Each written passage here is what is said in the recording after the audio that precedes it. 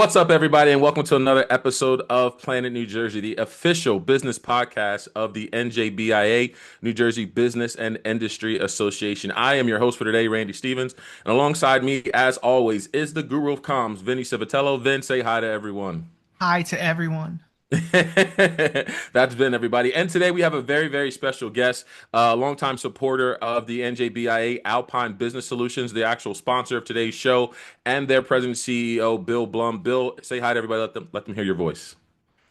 Hey, everybody. Thank you for inviting me here, Vinny and Randy. One correction, it's Alpine Business Systems. Oh, my.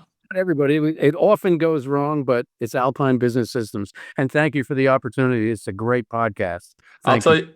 Thank you, Bill. I appreciate that. And Alpine Business Systems, yes, let's get that corrected. And you know what? I'm very, very excited about today's show. Bill was the first guest we've ever had that turned the tables on us, folks, and came to us with some trivia questions. So it should be fun at the end of today's show. And just for a quick icebreaker here, Bill, it's my understanding that you are a professional musician for some time, still involved in the industry. And then I saw some notes that you've either shared the stage or something with Earth, Wind, and Fire. Can you talk about that a little bit in your career in that space?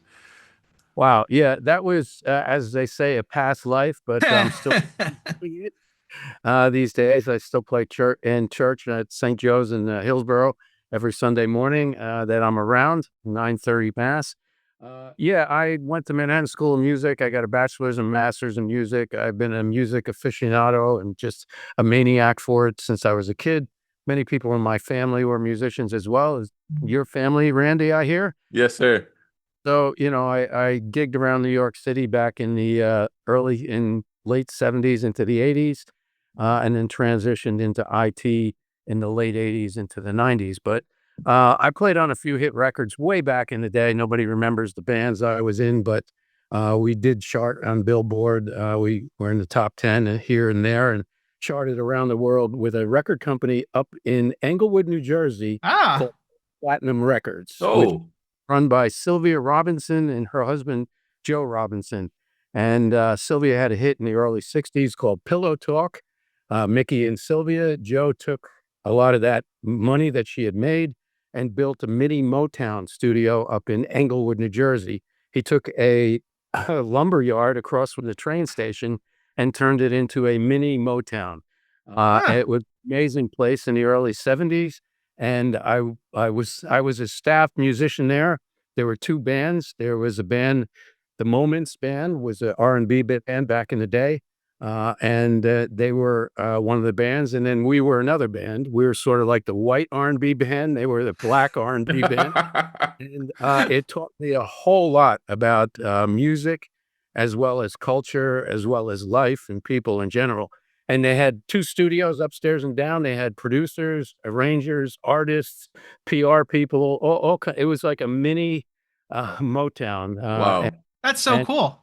and it was amazing. And we pumped out hit records. I had to punch a time clock. Now here's a tradition, right? That's so Punching rock and roll. all the musicians had to punch time clocks, right? And we all figured out how we could scam the system, of course. We disappeared often, but we ended up charting quite a few records. It was quite an interesting experience. I took a time off from Manhattan School of Music, a sabbatical to do that, which was really interesting. But I kind of it was a little too crazy for me, and I was a little too much of a nerd to continue to stay in that crazy business of music world in the 70s. So I went to Joe and I said, I'm going to go back to college. And he supported me in that. He said, you have a place here if you ever come back. About 3 years, 4 years, whatever later, they became Sugar Hill Records. And they signed the Sugar Hill Gang. They were the Oh, beginning of wow. the rap movement. Oh, Uh, wow. and that whole movement there. Yeah, that's a trivia one from New Jersey for everybody. Yeah. We'll keep Yeah, that in mind for another episode. I'm not going to throw that out to you later. It'll be a little too obvious. but one of those records we did charted. It was a record called "In the Bottle." It was a In the cover of a bottle. Gil Scott Heron song, and we were at the top of the charts. And we played the Apollo Theater. I Wow. with the Stylistics. I filled in for their drummer when he got sick one day. We were on the bill with them at the Apollo. It was great. And then we had a road trip down to Miami with a stop in Birmingham, and we were the top of the bill, and Earth, Wind and Fire was opening for us. That's amazing.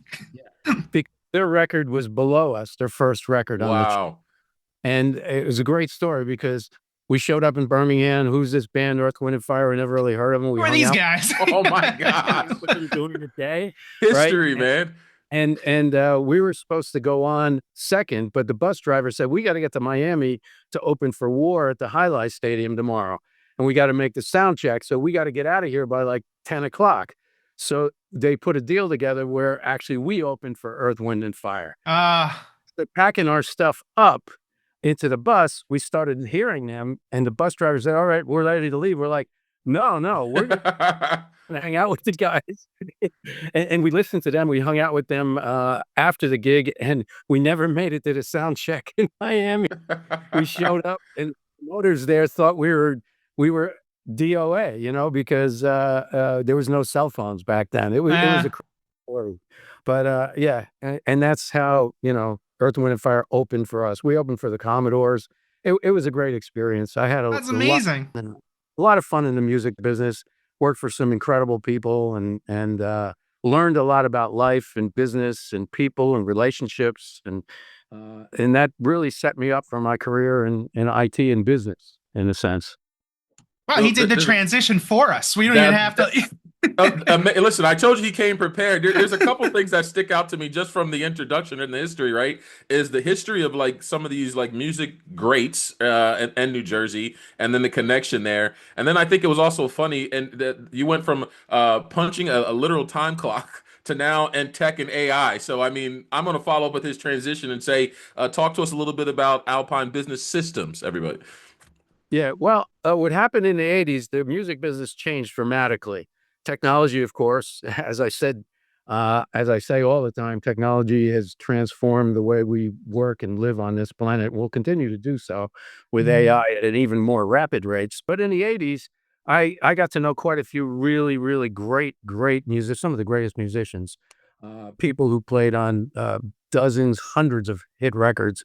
And what happened in the 80s is you know, technology took over, and instead of playing drums, I ended up programming drum machines, which I didn't nearly as much. Now, a lot of times I would get to overdub and play some real drums, other sessions, real drums, and real drums are quite different than playing an electronic drum set. And so I didn't really like it as much. Plus, the business had changed dramatically, so there was fewer and fewer, I guess, studio musicians. Back then, back in the day, I mean, I had a shot at becoming like, you know, and I did quite a few recordings, but even my best friends, some people I was very close to, Bob Babbitt, God rest his soul, one of the greatest bass players ever lived. He played on so many hit records at Motown. He was part of the, you know, the Funk Brothers, and they struggle trying to make a living, and it still is a struggle for artists and musicians. But it really started seriously in the 80s. And, you know, I saw some of my best friends, great musicians, really struggling to make a living. And I felt really bad for them, and I felt even worse for myself and my future. So, and the business was still crazy. It still is. It's a meat grinder. Anybody in it will tell you that. I give props to everybody out there who's succeeded, people like Bon Jovi and Springsteen, some of these Taylor Swift, some of these people who continue to stay relevant and active and alive and energetic in that meat grinder of an industry. It's just amazing. But I wasn't cut out for it. And I actually prayed to God for several months and asked him for guidance. And lo and behold, I picked up a computer one day and fell in love with it, didn't sleep for 3 days, and started programming, got a part-time job as a programmer while I was still working 5 nights a week, playing music in the clubs in New Jersey and doing recording sessions in New York and whatever. And, you know, I just fell in love with the technology and what it can do for people and how it can improve the quality of their life. And that really turned me on. And I just followed that path, continued praying every day, and it's put me in an incredibly great place, surrounded by a lot of great people. I have 30 people working with me, some of them for over 30 years. Wow. And that's been my story. And I've been doing that for 38 years and still playing and practicing drums, you know? That's cool. So did the programming of the drums help to transition you into computer programming, or was it just a totally different language, totally different kind of system? Yeah, totally different language, Mm. totally different system. But, you know, I always had, I was blessed with a mathematical, I guess, mind or a logical mind. I had a teacher in junior high school when I filled out the form and said, I want to be a drummer. She called my parents and called a parent teacher meeting and said, no, you should do computers. She was a brilliant Chinese lady in 1964 Wow. who, when I was like 10, 12 years old, uh, said that he should be in computers. And my parents said, if he wants music, we're going to support him in music. And God bless them for doing that. And she said, no, he should be into computers. And, you know, 30 years later, there I was. So I've had some really, really prescient people who understand me, understand the world in my life. And I've been blessed with that, along with the ability to take on that new skill. And there's a lot of musicians who do it. I mean, it's amazing how many musicians are actually involved in technology and programming because it's logical, it's creative in a lot of ways, and I know a lot of people in music that have transitioned. Ray Kurzweil, who wrote, the singularity is nearer, the singularity is coming. One of the deepest thinkers. I mean, he created the Kurzweil synthesizer in the '80s that when Sting got one of the first ones, they asked him about it. Sting said, they said, I guess you have it in your home studio. He says, no, I have it in my bedroom. I play it at night and I play it when I wake up in the morning. Ray Kurzweil, the gentleman who is a pioneer in technology, especially text to speech and things like that. He discovered that he had a lot of musicians working for him. So he put together a skunk works and said, what do you guys want to work on? And they said, we want to create an instrument. So he unleashed them and created the greatest synthesizer in the '80s, blew all the other ones away, the Moog and all those other ones. I want So, to create an instrument is an extremely ambitious goal. well, there were synthesizers out there. The Moog was one, obviously, and there was several other ones. ARP back in the '60s and '70s, Bob Moog, really brilliant people, engineers as well as musicians. So they wanted to create the best synthesizer, which was, again, a big, hairy, audacious goal, as Collins would say. And Bill, I mean, obviously, Alpine works well beyond just music and programming and that sort of thing with their IT and systems now. Like in terms of service areas, is it just organizations and companies in New Jersey, or how far? What does that reach look like for you guys now? I mean, been involved since the '80s. It's very interesting to hear. Well, I started by writing software for car dealers and leasing companies. I had about 200 of them writing my software. And I realized that was too narrow of a vertical market. I didn't want to compete with some of the bigger guys in the industry. And I wanted to kind of branch out. And I like a lot of diversity in my life. And I like to work with all kinds of people and all kinds of businesses. So I just branched out and we ended up working for AT&T and Lucent and Exxon. Then I realized in the '90s, I didn't really like working for big companies either. I couldn't get a lot done. It's very hard. And the smaller companies I had, I could sit across the table and make a deal with them and we could improve the quality of their life and everything would be great. So I pivoted away around 2000 and started working with small and medium businesses in New Jersey. I decided I'd rather have 100 of those than one big fish because that big fish is somewhat a risk. Mm. When things change at that big fish, you could be in trouble. And I've seen that happen. So we have a very diverse group of customers across any industry imaginable.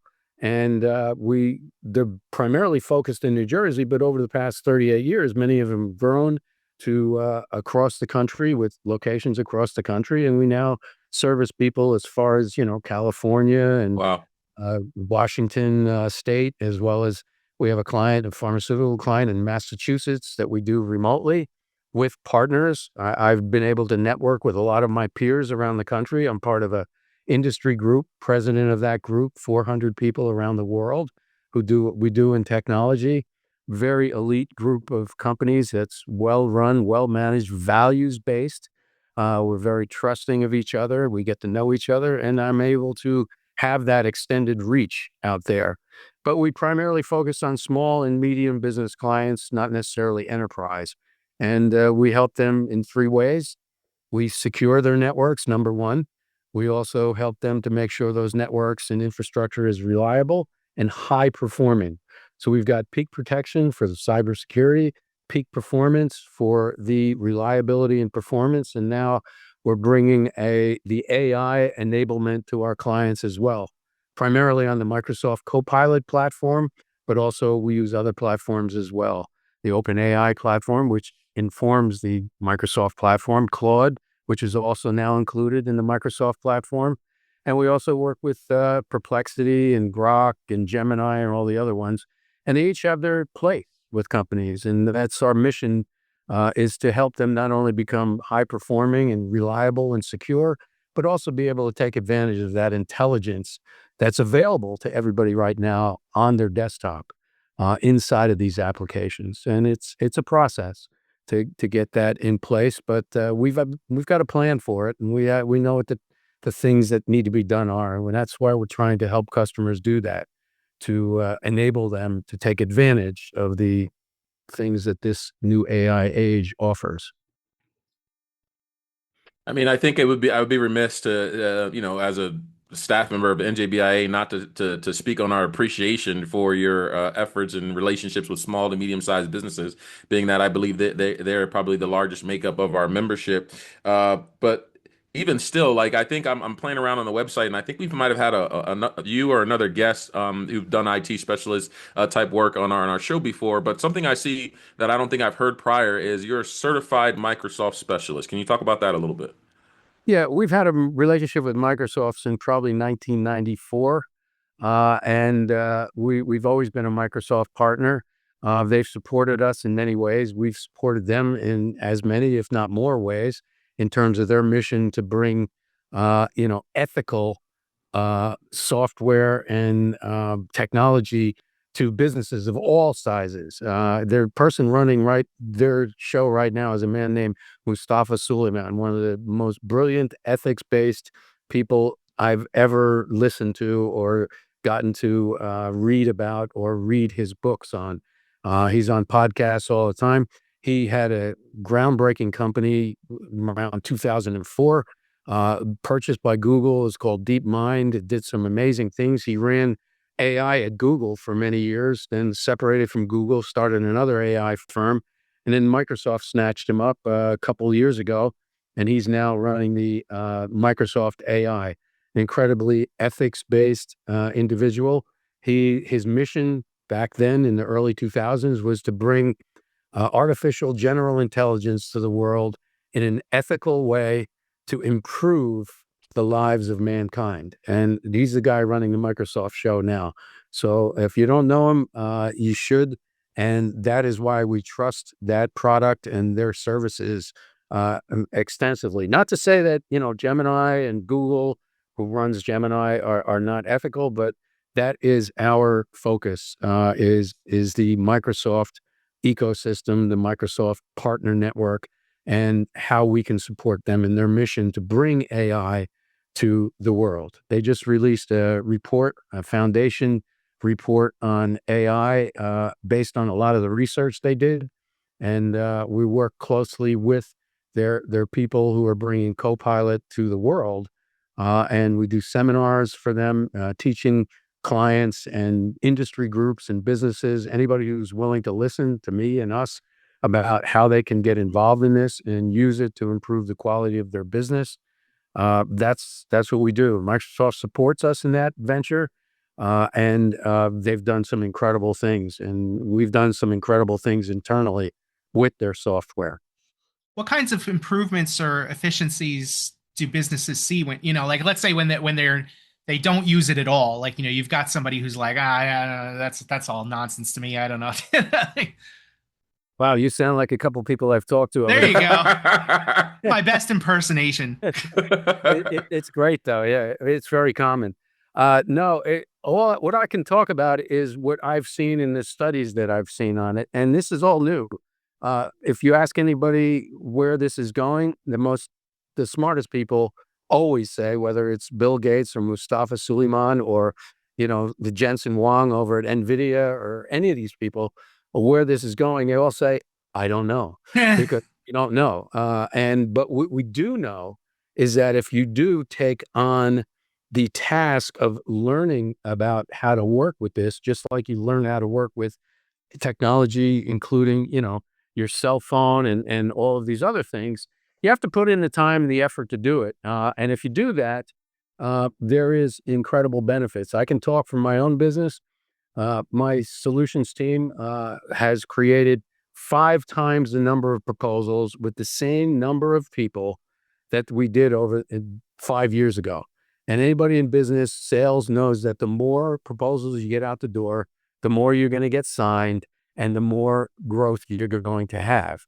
And if you can use technology to do those things, automate some of those tasks, take some of the drudgery work away from the people and allow them to open their minds to the things that humans do best, which is creativity and empathy and those kinds of things, and have an experience-based decision-making process based on all the inputs that we get into our brains, and add that to the technology and use the technology as sort of an enabler, an augmentation of our skills, you see incredible results. And we see that in the stock market. We see that in the companies who are now startups going from, there's a company that went with 4 people in less than 2 years to be worth from 0 to $10 billion Wow. using AI exclusively. It's an AI firm, but they use AI internally.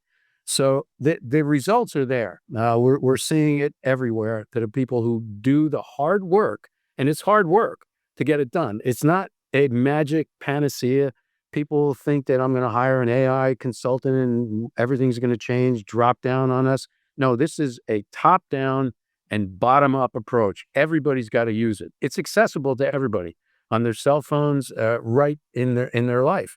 And if you begin to really understand how to use it, you will see incredible gains. We've seen it. Our clients have seen it. The world has seen it in many ways. And one of my fears is that not enough people latch on to this quick enough because it's going so fast. And you can always jump in at any time, but the sooner you get in, the more benefit you're going to get from it. It's not like the old days where, yeah, I'm a pioneer here and I've got all the arrows on my back to, and all the scars to show that I've crawled through the jungle and the woods and over the rocks and the stones to get there. It's a lot easier now with this because the interface is so much. It's a human-based interface. It's, as Mustafa says, it's a digital species. It's a new digital species. And if you understand that, you begin to work with it like that, you get some incredible results. And when you think of it like that, which is a little disturbing, but it's absolutely true, very disturbing in some ways, you interface with it as you would a human being because it's the first technology. That's why it writes programming code, because you don't have to know how to program. You don't have to know these things. It is really a super intelligence in that way. But you have to interface with it. It has to get to know you, just like, think about it like a dog or a pet. They're not us. They're not humans, okay? But they are sentient, not like AI. AI is not sentient. But I believe animals, I think we all do, are sentient.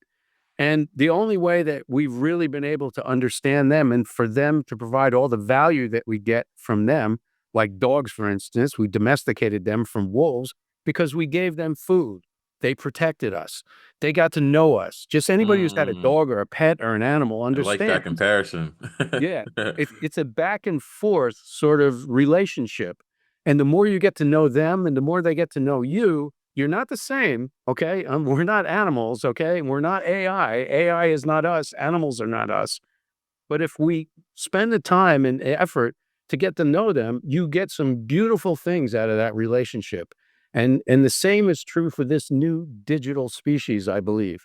But it takes that effort. I mean, I began having conversations instead of text conversation, actual conversations with my co-pilot AI. and it's gotten to know me better. I give it a lot of context of who I am, what I'm about, and it then bases a lot of the responses on that. I tell it that I don't want you to be sycophantic. I don't want you to say, "Hey, great question, Bill." No, because that was a stupid question. Okay, I want you to tell me it was a stupid question. So you have to Does work it? with like that. It learns and it listens. It actually listens, and it's got the two things that Bill Gates has said when he was asked, actually by a friend of mine personally, and also by Fareed Zakaria on his show on Sunday mornings. Bill Gates, when asked, "What should we be teaching our children?" Because this is the first year that college graduates in computer science are having a hard time finding jobs. Mm. Okay, so what are we supposed to be teaching them if suddenly this knowledge is now embedded in the AI and it's taking over a lot of knowledge work? And Bill Gates said on TV and to a friend of mine personally at his house, and he said, "Listen, um, we might want to cut that out. I don't want to tell anybody where Bill Gates lives." Oh, sure. Yeah. No Okay. worries. It'll be a beep. Ruh-roh. So this is what Bill Gates said when asked about what should we be teaching children in colleges. And he said twice in interviews, "I don't know. Yeah. But the one thing I do know is that there's two skills moving forward that we all need. One is curiosity and a thirst for knowledge." Mm. Now, add that to a real values-based, ethics-based, you know, our American-based democracy, freedom, diversity, education for all, justice for all. Those are the kind of things that we need, but each individual needs to be curious and have a thirst for knowledge, because that's what the AI is. If you ever work with the AIs, that's what they come back with. You ask them a question, it gives you the answer, but it asks you a question. Do you want me to do this? Do you want me to do that? So by being more like the AI and the AI becoming more like us, we can then get the value out of this new technology that will transform the planet. And there's different ways of looking at it, but that's our mission at Alpine Business Systems, is to bring this technology personally and professionally to all of our clients so that it improves the quality of their life, which is our purpose. Our purpose is to improve the quality of life for our clients, fellow teammates, and our communities. That's what the purpose of my company is, has been, and will always be. So, Bill, are we at a place now? And I mean, you gave the example a few moments ago about a four-person or four-man, team, in 2 years period of time went from zero income to multi-billion dollars. Are we at a place now for small to medium-sized businesses to where it's like, if you do not embrace these new intelligence and technologies and some capacity, that you'll just be left behind and won't be able to succeed in the future? Absolutely true. And it's listen, if you had a delivery service and you were delivering with horses and buggies and carriages, and you said, "I'm not going to take advantage of this new thing called the automobile and the truck," Wow. I think you're in trouble Yes, sir. long term. Yeah. Yes, Now you could sir. eventually invest in that, but it's the same thing. I mean, life is going to change. Jobs are going to change. That's one of the big changes that are going to happen. Jobs are going to change, but I think technology has shown us over and over again that it creates more jobs than it destroys. So we have to be prepared for that. We have to be prepared for those kinds of changes, not only as a collective, nation and business and whatever, but we have to be ready for that individually and take that change as something as of an opportunity rather than a burden to be overcome. Because there is an opportunity to every change. As Napoleon Hill said, in every adversity, there's a seed of a greater advantage and greater opportunity. It's just our responsibility to find out what that is. And I found that to be true over and over again. And this is an adversity. There's going to be changes in jobs, the way jobs are done. But that's not going to destroy work for people. Work is going to change, and people have to then rise up and figure out what that work is that they like to do in this new world. And there's going to be a lot of jobs out there. There's tons of them right now in the high tech sector that go unfilled because we don't have enough people to do it. And that's a whole other issue about reskilling or whatever. And by the way, Microsoft is seriously involved in that as well, and helping the population to reskill. But yeah, no, to get back to your original question, yes, every business, this is an imperative, must pay attention to this coming wave, because it is going to overtake them if they don't pay attention to it. Vin, do you have any final questions? I've got. I had more of a philosophical question, and I know this doesn't totally relate into the business, but so you had mentioned that AI is a new digital species. I've also heard, I think you were on Minding Your Business, and you might have said that it's a tool. It's not like a person. It's a tool that you use.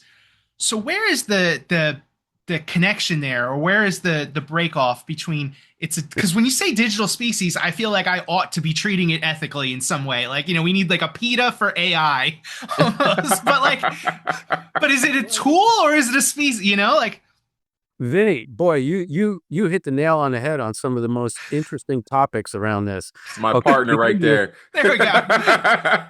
He doesn't call me the guru of comms because I sleep in on Mondays, all right?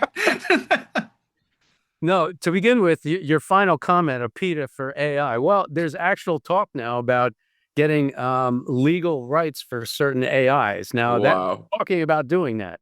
There's some people in the industry who are actually considering that. Now, I don't want to say one way or the other how I think. I can't even think about that.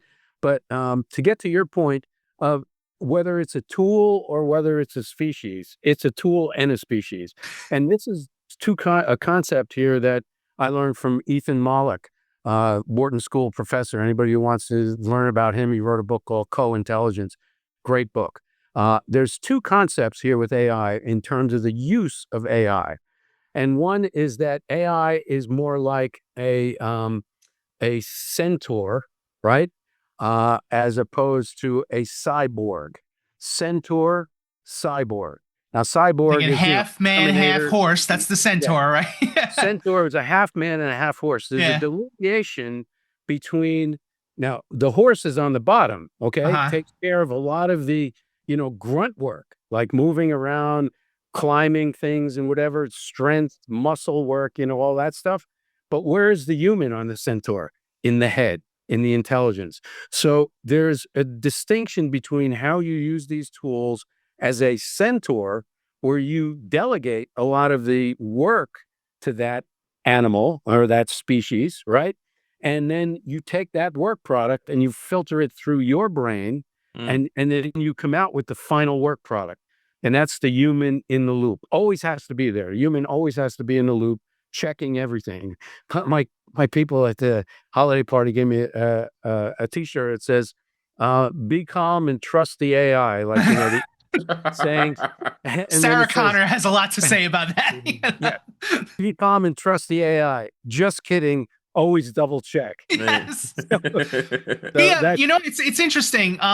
Before we started the show, Bill used AI to learn a little about both Randy and I.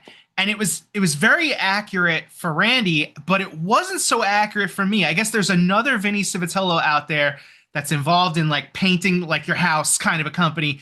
And the AI couldn't reconcile these two people. So it just started making stuff up. So you learned a lot about me, but you still needed to double check. That's good. That's a good one then. Absolutely. Yeah. So that's where, it gives us a lot of great information, a lot of insights. It's great at ideation. So if you're trying to work on ideas, it gives you ideas. It's very creative. It writes music now, which is, we could talk about that for days, but it's incredible. It's taken over a lot of the creativity that we thought was our, domain as humans. But, there's that delineation on the centaur. Now the cyborg is where it's totally integrated into everything we do. And it becomes more autonomous and is able to do things and make decisions on its own. It's more of an autonomous sort of species that we've unleashed on certain tasks that we always have to keep an eye on and have to continue to interface with to understand, but it takes on much more complex tasks. And it does it incredibly well, some of the things that it's doing now. So that's the difference, like you said, it's a tool in sort of the centaur way, but in the cyborg, it's also a species because we have to interact with it like that. Once it gets into the cyborg realm, it becomes more, I would say, more human, not sentient or whatever, but has the ability to make decisions on its own. And that's where the scary part starts and the singularity. And we won't go down that rabbit hole. But that's an excellent question. It's a tool and it is a species. Yeah. Huh. And that's Mustafa's term, not mine. But I like it. Yeah.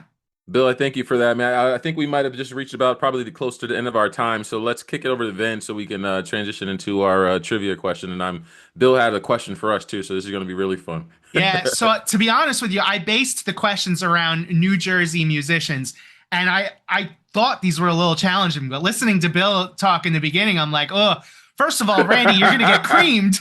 But, you know, I'm used to it, Vin. I'm used to it, man. All right. All right. So my first question, New Jersey-based band Bon Jovi titled their debut album what? Is it Slippery A? When Wet. What's up? Slippery When Wet. All right. So that was one of the options. A, Bon Jovi. B, Slippery When Wet. C, Born to Run. Or D, Off the Wall. Bill, let me ask you, Bill, were you on the set for any of these songs? No. I've just been involved. I'm supposed to write it down, though, right? Yeah. You are. Yeah. Well, Sorry, I'm going to go with A, the Slippery gun. When Wet. Actually, A was Bon Jovi. But Oh, that really? would have been the right answer. It was Bon That would've- Jovi, not Slippery When Wet. I think Slippery When Wet was the second or third album. Oh, that was probably the first Mercury album they did. Yeah. There you go. So we're going to give Randy a half a point on that one. Hey, I'll take it. We'll take a halfie. All right, number 2. I Say a Little Prayer is a song by what East Orange native?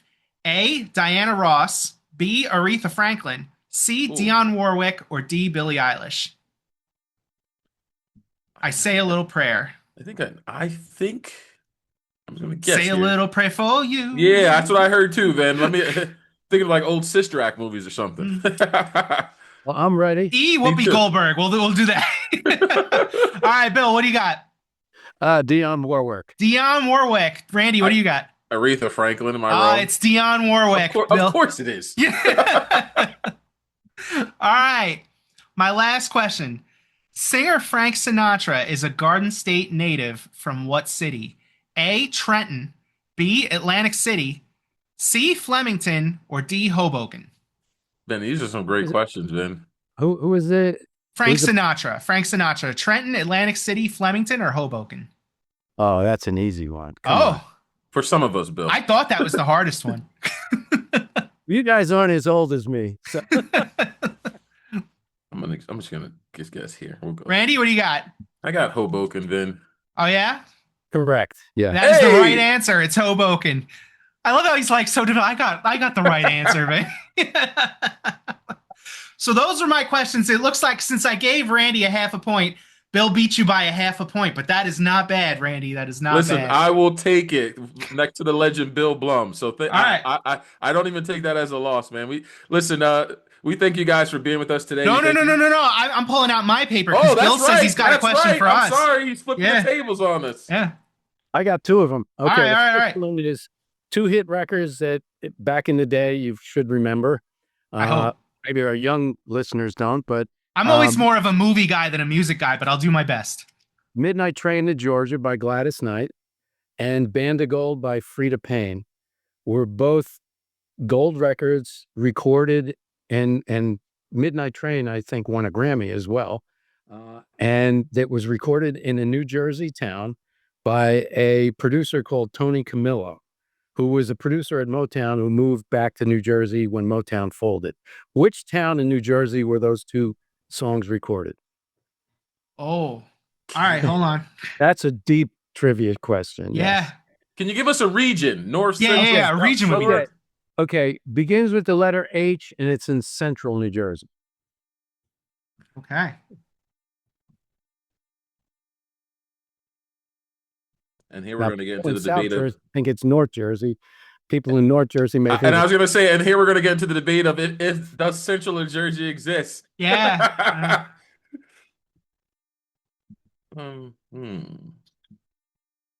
I got nothing. And so what I wrote was Huntington in City. 'Cause I live in I wrote Hillsboro. Hillsboro would have been a Hey, good. Yeah, I should have thought yeah, of yeah. that. He built a recording studio in the basement of his house, and he got a permit to do it by calling it a bomb shelter. Hold on, Hillsboro was correct. Hillsboro is Yeah. correct. You I got it. love the way 2026 is starting off. That's all I'm going to say. Okay, so George Clooney is the nephew of a resident of New Jersey who was a very famous singer and movie star back in the 40s and 50s. Which person is he the nephew of? George Clooney is the nephew of. Oh my Oh, gosh, I know he's see, so now deep I'm in embarrassed because Jersey. that's more of a movie question, and I'm not gonna I get know this. Clooney's in like Jersey. Yeah, You guys are way too young. Yeah. Yeah. any hints or clues for this one, Bill? Yeah. The Hold on. first name starts with R. Then whatever you get, I'm going with I don't because know. I'm lost. This is music and movie trivia beyond. Yeah. And Uh, this should be right in your wheelhouse. I'm ashamed. I I honestly, am. I'm ashamed for me. I'm ashamed for me. I. I've got nothing, Bill. Yeah. I got nothing. Was Rosemary Clooney. See, and you should. All right. Clooney name too. You know. Come on, I gave you the name. I know. That's And awful. I just found that out over the weekend, actually. That was good. Hey guys, great podcast. Oh yeah. I've listened to several of them and always interesting guests and I love the report. Thank you. Thank you. If somebody wants to get their feet wet in AI, maybe learn how to use some of Microsoft's tools to get them more efficient, maybe get them from that $0 to $10 billion status, how could they get a hold of you? How can they take advantage of your services? They can reach out to me at my company, Alpine Business Systems. It's www.alpinebiz.com. They can also reach out to me on LinkedIn. I'm pretty findable there, as well as some of the other platforms, Facebook and whatever. Bill Blum, Alpine Business Systems. Reach out to me, send me an email, whatever. Reach out to our website, bblum@alpinebiz.com, ALPINEBIZ.com. I'm open to all conversations around AI and enabling people to use it and their companies to profit from it. Well, thank you so much for coming. This was an awesome conversation. Really, really was. Really, really was. And thanks to all our guests for listening. Just before we let you guys go, do us a favor, whether you're watching us on YouTube or listening to us on your Apple or Android device, like and subscribe. We'd appreciate the support. Bill, thank you for being with us, and we'll see you guys all next time. Thank you.